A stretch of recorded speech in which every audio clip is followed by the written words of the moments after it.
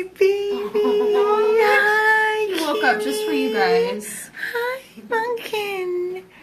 Hi, baby. He seems so much more. Oh, God. Hi, baby boy. Oh, guys. Hi, it's Amy with 100 Plus Abandoned Dogs of Everglades, Florida. I know you have all been so patient. I have no words, honestly. I know that myself, I can only speak for myself. I've been sick beyond. There's no sleep. There's nothing but worry. And I just want to tell all of you that he is in the most amazing hands with Dr. Fiat. Like the car. Like the car. This doctor has been calling me today and updating me in such detail. I've never experienced such an amazing doctor. And Felicia, who has just beyond. Felicia has our dog Lady that we rescued from Miami-Dade since August, our senior. She was right beside Patterson's side every step of the way. When we cried, she cried with us.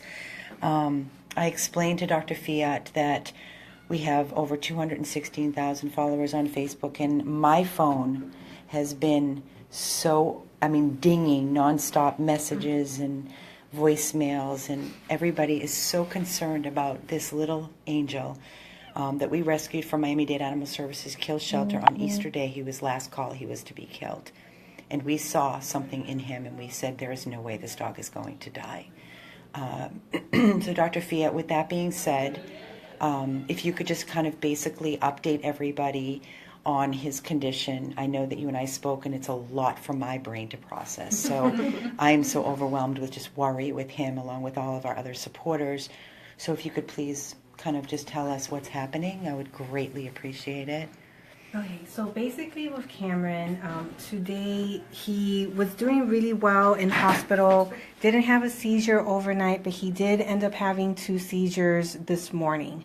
What we did end up doing was that we did start him on one of the anti-seizure medications, which is called Keppra. We gave him a loading dose, which is why he seems very out of it right now, because this medication can give them, get them a little dull, a little out of it, a little ataxic. But that's just because we gave him the loading dose. We are starting him on oral Keppra as well, just to control the seizures, keeping him here overnight, making sure that seizures are well controlled. Hasn't had one since this morning, since we started this medication. This medication is very, very safe for animals, and we have a very wide range of dosing that we can give him just to continue with his life as well. When it comes to the seizure, again, when it comes to older dogs, it's mainly, most of the time, the main differential for us is something in the brain area, whether it's an inflammatory issue, whether it's a brain tumor. We don't really know about further imaging, but regardless, whether it's a brain tumor, whether it's inflammatory, we'll still be treating with the same medications. It can also be a metabolic issue, or it can be just an idiopathic cause that older guys can get. Again, since we don't really know his history, it may be something that he's already been having seizures. We just didn't know about it until now that he presented to us about with the seizures. In his heart. And now when it comes to his heart, he does have a significant heart murmur. So he does have a 4 or 5 out of 6 heart murmur that you can actually feel when you carry him. That's what I told you tonight. When I used to hold him a lot, I could feel him on my fingertip, the pulsating. It's like a whoosh. Yeah. Whoosh. Yes. Yep. Okay. Go ahead. Sorry. So you can't feel it when you carry him, when you touch his chest, and that's why he's on the higher range of the heart murmur. So he's more of a 5. He's like one of those in-betweener between 4 and 5s. But we did do an echocardiogram today, and we did find changes in his heart. He does have what we call mitral valve and tricuspid valve regurgitation. Also has mitral valve prolapse. Does have an enlarged left atrium, an enlarged left ventricle as well. And he also does have what we call endocardiosis of the valves on the mitral and tricuspid, more severe in the mitral than the tricuspid valve, and that's basically thickening of those valves. So what's going on in his heart is that as his heart is pumping, the regurgitation that's supposed to be going out to the rest of the body, some of it spills back. And that's because the valves are really weak. So we did start him on Blvd, which is one of the heart medications, and we did give him as a precaution Lasix as well. He doesn't have any crackles or anything at this time, but we are monitoring him very closely just in case we need to put him on the Lasix also for the remaining of his life. But for now, the Blvd is going to help with that contractility. It's going to help with his heart. It's not going to completely fix the problem, but at least it's going to give him a better Quality of life. Yeah, a better Question. quality of life.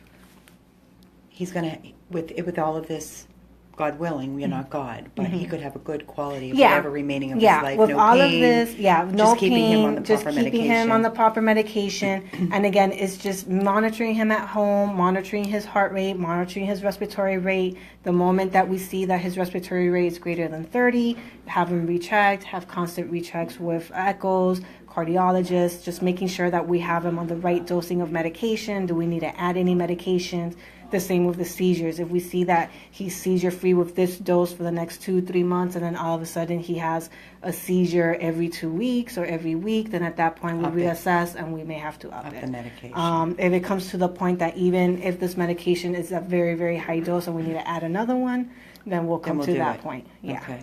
Yeah. Okay. But other than that, he would have a good quality of life just as long as we keep an eye on both problems, We got both this. the heart and We the got seizures. this. We definitely got this. And then it's just, making him happy, making the rest of his remaining life very happy. And the moment that we know, and the moment that we notice that, he's at that point, he would let us know. Awesome. Yeah. This is the face of the voice. I had to. I told her, please, I need you to talk. I need you to explain because there's no way I'm going to get this across to our supporters. And she got nervous, actually. Felicia's been there, done that, and we love her. And this is our baby, and we are going to give him everything and anything that he needs. Because that's what we do and that's who we are. There's nothing that is going to stop us from giving this dog the quality of life that he so deserves. He is not suffering. He is comfortable. You said he ate a little bit for you? He walked and did his pee-pees? He walked, urinated. He ate a good amount of...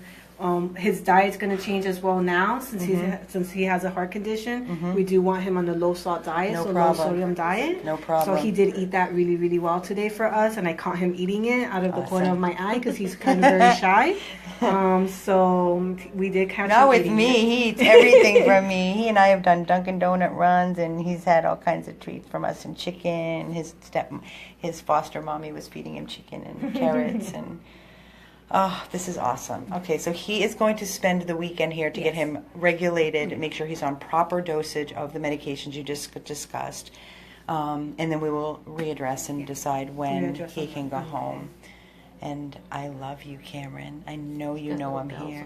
Yeah, what was the bell? Who gave him the bell? We put the bells on all the patients that come in for seizure activities just Oh, because smart. in case that they start moving or they start having a seizure, we hear them and right away we give them medication. On the off chance that wondering. no one's watching, Yeah. if someone's not right there by the cage, Awesome. We hear them the at least. bells, everyone runs for it. But he does have a 24-hour nurse, just so everybody knows. Yeah. Yeah, Cameron has a 24-hour nurse watching, monitoring him around the clock. Guys, listen, I just have to say this, that when we put out our plea on Easter Day for this face that we saw that was going to be killed, he was a last call. He was going to be killed at the shelter, and we pulled him to safety. We paid our rescue partner poll for Miami-Dade. We put up our donation link, and we always put on our donation link for one reason and one reason only, for the dog in need and for our ongoing mission. And when we put that up, that is because we never know what each animal is going to need as far as costs of medical. We have no idea what we're walking into. So here's a dog that we saw, this cute little white fluffy dog, who, okay, maybe needed a dental, maybe needed a neuter. Do you honestly think that we thought we were going to be walking into, right now, our vet bill here for LVS, and I showed you and I posted the vet bill, $4,000 to $6,000. I got the vet bill today from Imperial Point, and I'm going to show that to all of you because I think it's very, very important that people know where their donations are going. Okay, that was the wrong one. This is what we spent on Cameron at Imperial Point. It was $1,408.65. That was before he came here for this. So with all this being said, for us, it's just a piece of paper that we don't have. So that's why we beg and we ask for your help, because we can't continue to do this. Give quality of life to these helpless, voiceless babies that need our help. So please, please, please, and I'm going to beg, and I have absolutely zero pride, please donate towards his medical so we can get him everything and anything that he possibly needs. Give him the life that he deserves, because his previous owner, for whatever reason, how he ended up where he ended up, he didn't deserve it. We're counting on all of you. Cameron, he's sleeping. He's sleeping. He's sleeping. He's a little lamb. He's like a baby little lamb. Yeah. Never give up, guys. Never give up. Guys, thank you. Thank you. We'll keep you all posted. This is Amy and Carol with Cameron, 100 plus abandoned dogs of Everglades, Florida. And he's going to pull through this. I know it. He has to. There's so much he has to live for. He has a wonderful home waiting for him, a foster. It's just, can't give up. Can't give up. I love you. I love him so much.